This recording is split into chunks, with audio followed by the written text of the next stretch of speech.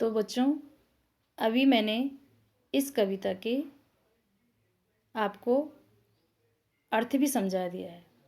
तो कविता का अर्थ आपको समझ में आ गया होगा और कविता के अंदर जितने भी आपको कठिन शब्द लगते हैं, ठीक है, तो उन कठिन शब्दों को आप याद करोगे और एक रफ नोटबुक में लिखोगे तथा लिख लिख कर कठिन शब्दों को याद करोगे।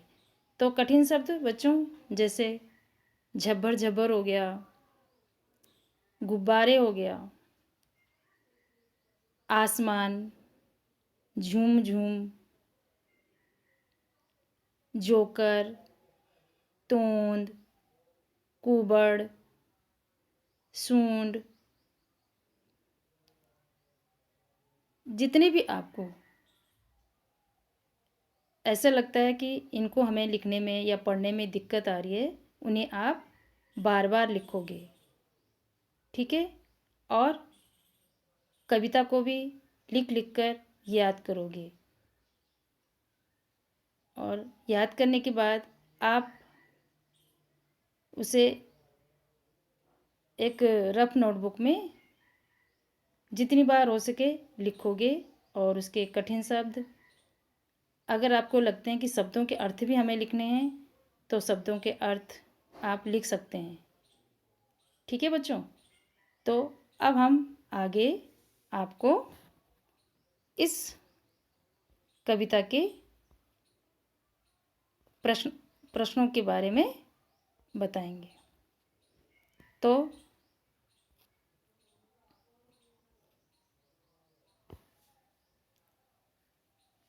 तुम्हारी समझ से, बुक एक्सरसाइज में है हमारी तुम्हारी समझ से। तो तुम्हारी समझ से क्या लिखा है उसमें? कभी कभी जिद्दी बन करके बाढ़ नदी नालों में लाते। तो क्या है ये? प्रश्नों के उत्तर देने आपको। तो कभी कभी जिद्दी बन करके किसके लिए बोला गया है? बादलों के लिए बोला गया है।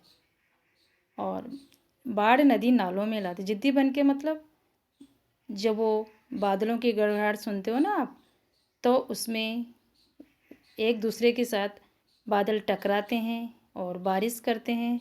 तो बारिश अगर ज़्यादा होगी तो नदी और नालों में बाढ़ भी आएगी। तो क्वेश्चन है, बादल नदी नालों में बाढ़ कैसे लाते हैं? तो बच्चों देख रहे हो आप, तो आपको ये प्रश्न याद भी करने हैं और नोटबुक में, रफ नोटबुक में ही आप लिखोगे, क्योंकि आपके पास अभी नई नोटबुक नहीं होगी। तो इसका आंसर नीचे दिया गया है।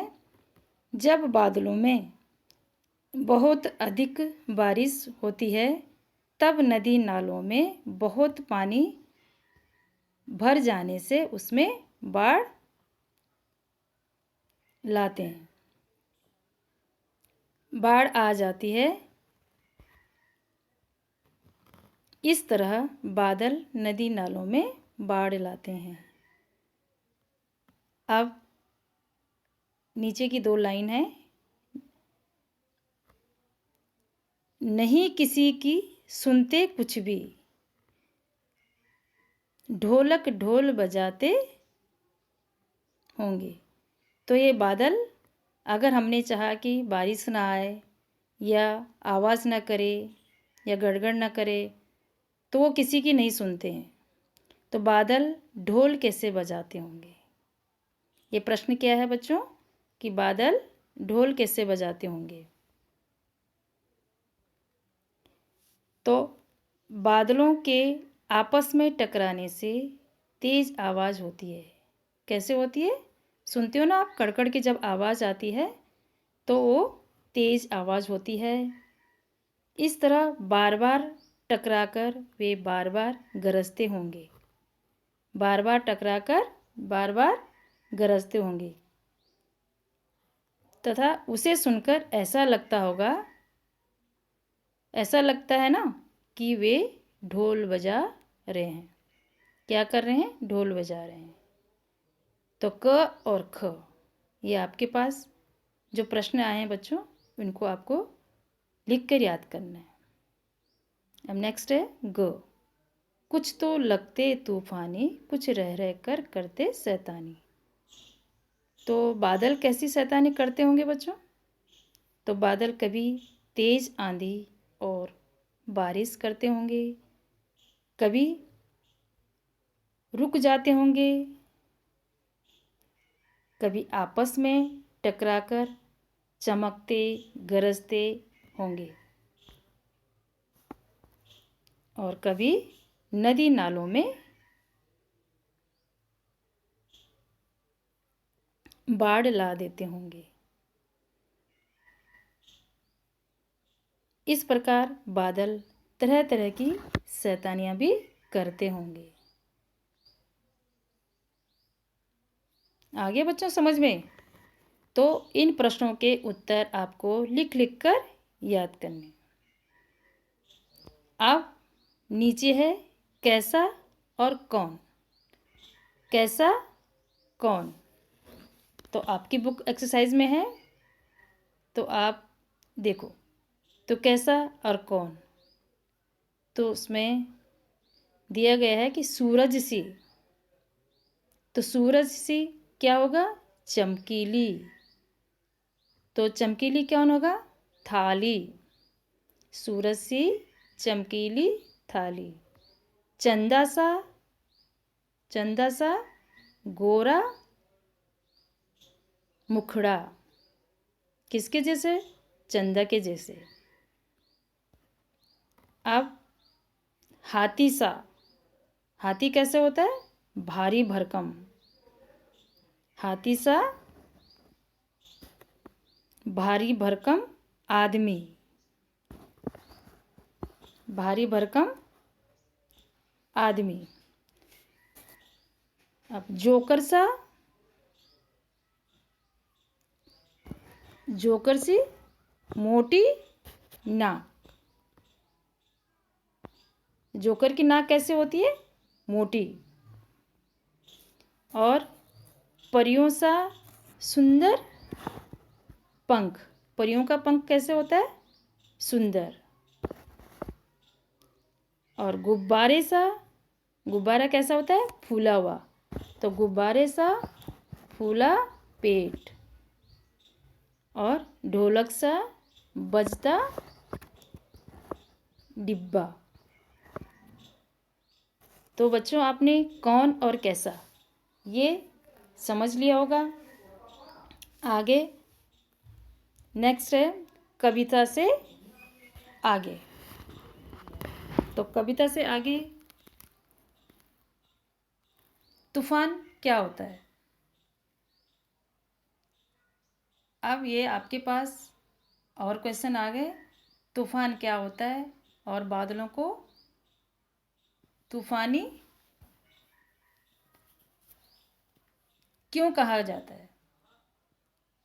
तो बारिश के साथ तेज चलने वाली आंधी को क्या कहते हैं? तूफान कहते हैं। बादल ही तेज आंधी और बारिश लाते हैं, इसलिए उन्हें तूफानी बादल कहा गया है। साल के किन किन महीनों में ज़्यादा बादल छाते हैं? वैसे तो स्टार्ट जून से शुरू हो जाती है, लेकिन जुलाई और अगस्त में भी ज़्यादा बादल छाते हैं। जून, जुलाई, अगस्त इन तीनों महीनों में क्या होता है? ज़्यादा बादल छाते हैं। कविता में काले बादलों की बात की गई। क्या बादल सचमुच काले होते हैं? क्या कही गई है कि बादल काले होते हैं? तो क्या सचमुच बादल काले होते हैं? कुछ बादल काले भी दिखाई देते हैं। देखा होगा ना बच्चों आपने, कुछ बादल काले भी दिखाई देते हैं, कुछ भूरे होते हैं और कुछ सचमुच काले नहीं होते। बादल तो किससे बने होते हैं? पानी की भाप से, भाप की बूंदों से बने होते हैं। बादल किससे बनते हैं? भाप से।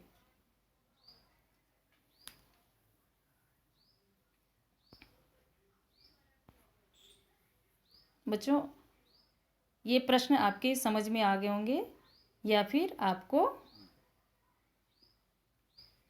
अपनी नोटबुक में लिखकर उसे याद करने होंगे।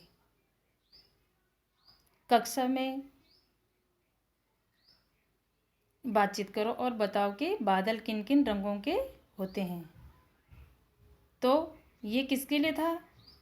कि बच्चों के लिए, कि बच्चे आपस में बातचीत करेंगे, एक दूसरे से पूछेंगे। लेकिन ये तो अभी हो नहीं सकता है।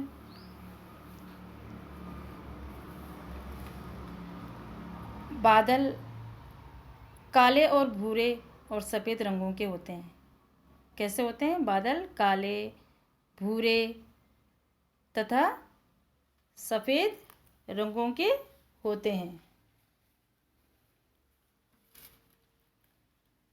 सुबह और शाम को वे लाल रंग के भी दिखाई देते हैं। कैसे दिखाई देते हैं? लाल रंग के। तो बच्चों अब देखो कैसे कैसे बादल बादल कैसे होते हैं। आप तरह तरह के बादलों के चित्र बनाओगे। क्या बनाओगे आप? तरह तरह के बादलों के चित्र बनाओगे। जैसे काले काले डरावने। कैसे बनाओगे? एक पैराग्राफ में आप कैसे बनाओगे? काले काले और डरावने। आप उसमें कलर करोगे, पहले पेंसिल से बनाओगे, फिर उसके अंदर आप कलर भरोगे।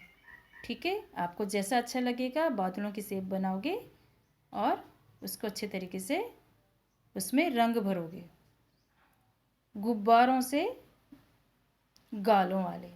अब बैलून के जैसे बनाओगे। कुछ बादलों को आप कैसे बनाओगे? जैसे गुब्बारे होते हैं, अलग अलग शेप्स में बना देना।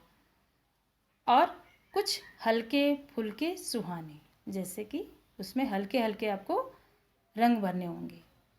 तो आप बच्चे नीचे देख सकते हो गुब्बारों के चित्र। तो सबसे पहले है, एक बॉक्स में है काले काले डरावने बादल। तो आप इस तरह से बनाओगे। ठीक है? लेकिन जो आप बारिश दिखाओगे तो उसको आसमानी कलर का दिखाना। अब दूसरे में है गुब्बारों से गालों वाले। तो आप इस तरह से बनाओगे कि गुब्बारों की शेप में आप बनाओगे और फिर इसमें रंग भरोगे। तीसरा है हल्के फुल्के सुहाने। तीसरे बॉक्स में क्या बनाओगे आप? बादल बनाओगे और उसमें हल्के फुल्के रंग भरोगे, और जो दिखने में बहुत सुंदर लगें, सुहाने लगें। और अपनी तरफ से आप कैसे भी बना सकते हो। कभी कभी बादल हल्के लाल रंग के भी दिखाई देते हैं, आसमानी भी दिखाई देते हैं, सफ़ेद भी दिखाई देते हैं, और काले डरावने भी दिखाई देते हैं, और भूरे रंग के भी दिखाई देते हैं। तो बच्चों, आपको जिस तरह के बादल बनाने होंगे आप ड्राइंग की नोटबुक में बनाएं या रफ कॉपी में बनाएं, जो भी आपके पास पेज हो उसमें बना सकते हैं। कलरिंग करने के लिए भी आपके लिए अच्छा रहेगा। अब है नेक्स्ट क्वेश्चन। कविता में बादलों को भोला कहा गया है। कवि ने क्या कहा है? बादलों को भोला। इसके अलावा बादलों के लिए कौन कौन से शब्दों को इस्तेमाल किया गया है? अब इसमें उन्होंने अलग अलग एक एक अक्षर, पहला अक्षर दिया गया है और आगे हमको भरना है। तो पहला वाला अक्षर है म से शुरू होता है। तो बच्चों बोलो, म से आप अनुमान लगा सकते हैं कि क्या होगा, क्योंकि हम कविता पढ़ चुके हैं, समझ चुके हैं, उसका अर्थ भी समझ चुके हैं, तो हमें खुद ही पता चल रहा है, हम उसके कठिन शब्द भी लिख चुके हैं। जब हमने कठिन शब्द भी लिख लिया तो हमें पता है कि म से क्या होगा। तो म से मत वाले, क्या आया? मत वाले। ठीक है। और दूसरा है जो में छोटी की मात्रा है, तो छोटी ई की मात्रा से क्या बन गया? जी। तो दूसरा क्या होगा? जिद्दी। तो कैसे हैं बादल? जिद्दी भी। ठीक है। और नीचे है, नेक्स्ट में है शे। तो शे का होगा शैतानी। क्या आएगा इसमें? शैतानी। तो मैं बोल रही हूँ तो आप लिख सकते हैं। तू, त है और उसमें बड़े ओ की मात्रा है, तो तूफानी। तो क्या होंगे बादल? बादलों को तूफानी भी कहा गया है। तो नीचे है, उन्होंने उत्तर दिया है बच्चों, आप ऑप्शन से छांट के उसमें लिख सकते हैं। मत वाले, जिद्दी, शैतानी और तूफानी। तो आ गया बच्चों आपको समझ में? अब आपको नेक्स्ट पैराग्राफ में दिए गए हैं बारिश की आवाज़ें। क्या बारिश की आवाज़ें आती हैं ना? तो कैसे कैसे आती हैं बारिश की आवाज़ें? कुछ अपने थैलों से चुपके झरझर झरझर बरसाते पानी। तो इसमें क्या है? झर झर झर। तो बारिश जब पड़ती है तो उसमें आवाज़ें आती हैं। एक आवाज़ तो उन्होंने दे रखी है झरझर, तो पानी के बरसाने की आवाज़ है झरझर। कैसे आवाज़ है? झरझर। पानी बरसाने की कुछ और आवाज़ें लिखो। तो बच्चों, जैसे टप टप टप, बारिश जब गिरती है तो कैसी आवाज़ें आती हैं? टप टप। और फिर टिप टिप टिप, रिम झिम, घर और चट चट। छप छप भी आती है, छम छम भी आती है। ठीक है। कई प्रकार की आवाज़ें आप बोल सकते हैं और लिख सकते हैं। तो बच्चों, आगे नीचे दिया गया है छप छप, छम छम, छर। तो कैसी भी आवाज़ें आपको जैसे समझ में आता है आप उसको समझ सकते हैं और लिख सकते हैं। अब है, नीचे दिया गया है कैसे कैसे पेड़। तो बादलों की तरह पेड़ भी अलग अलग आकार के होते हैं। कैसे होते हैं? आपने अपने आसपास या अपने बाग में या जंगल में आपने देखे होंगे कि पेड़ अलग अलग प्रकार के होते हैं। तो कैसे? जैसे बरगद का पेड़ आपने देखा होगा, बरगद सा फैला हुआ, उस पे जड़ें भी होती हैं और वो बरगद का पेड़ बहुत फैला हुआ होता है। और कोई नारियल के पेड़ जैसे, तो नारियल का पेड़ आपने देखा है जैसा ऊंचा, नारियल का पेड़ कैसा होता है? ऊंचा होता है और सीधा भी होता है। अपने आसपास अलग अलग तरह के पेड़ देखो, तुम्हें उनमें कौन कौन से आकार दिखाई देते हैं। सब मिलकर पेड़ों पर एक कविता भी तैयार कर सकते हैं। तो बच्चों, आप अपने आसपास पेड़ देखोगे अपने बगीचे में या फिर इधर उधर, तो उस पर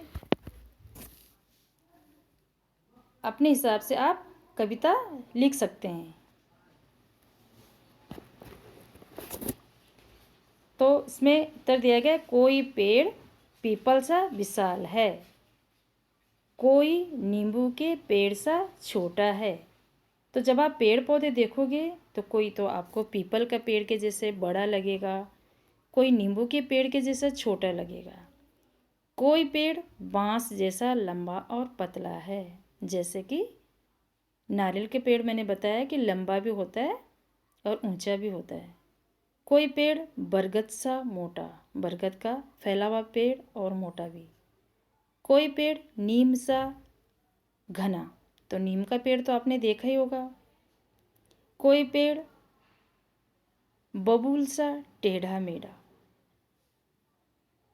तो कोई पेड़, आपको अलग अलग तरह के पेड़ दिखाई देंगे। तो आप इसमें क्या लिखोगे, एक कविता बनाओगे, ठीक है, और उसको याद करोगे और उसमें एक्शन के द्वारा भी उस कविता को आप बोल सकते हैं। तो बच्चों, आपको नीचे दिया गया है कि सब मिलकर पेड़ों पर एक एक कविता तैयार करें। तो बच्चों, जितना भी यहाँ पर मैंने पढ़ाया है आपको, ये क्वेश्चन आंसर करवाए हैं, बारिशों की आवाज़ से लेके हर चीज़ इस पाठ के बारे में आपको समझाया है। तो आप इस पाठ में से पहले कठिन शब्द लिखोगे, उसके बाद आप प्रश्नों के उत्तर लिखोगे, प्रश्न भी लिखोगे और उत्तर भी लिखोगे।